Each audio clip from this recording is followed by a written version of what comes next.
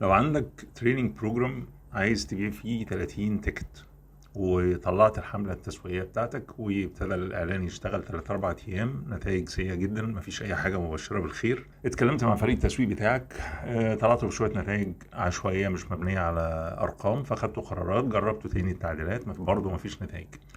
ناس بتتواصل وبعد كده بعد ما بتتعبكوا شوية في أسئلة بتختفي، محدش بيحجز.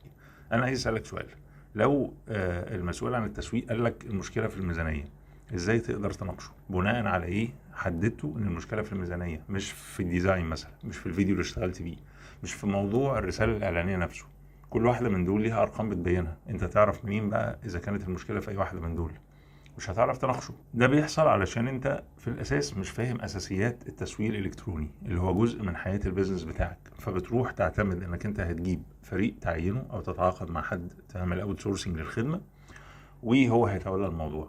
طيب المشكلة فين؟ المشكلة ان انت عشان مش فاهم ارتكبت خطأين. الخطأ الاول انه انت ما كانش عندك معايير واضحة تعرف تختار عليها، ما تقدرش تقيم الشخص او الفريق اللي انت هتشتغل معاه.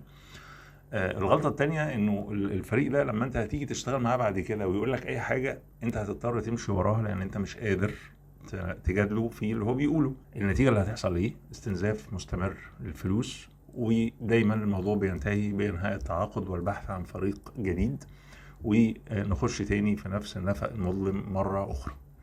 لو كان اللي انت بتعتمد عليه قادر يفهم اللي انت بتقوله، فدي حاجة كويسة وانت كده امورك طيبة. لكن طالما الحملات مش جايبة نتائج كويسة، فلازم تفهم ان المشكلة هتبتدي حلها من عندك انت. لازم تتعلم تسويق.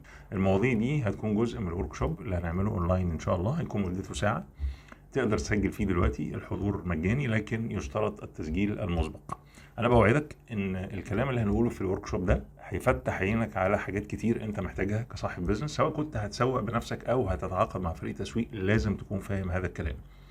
لو كنت هتسوق لنفسك فانت بتحط رجلك على اول الطريق عشان تتعلم، ولو كنت هتسند الموضوع لفريق فهتكون انت فاهم اساسيات التسويق واساسيات الارقام اللي انت محتاج تبص عليها عشان تعرف تديره.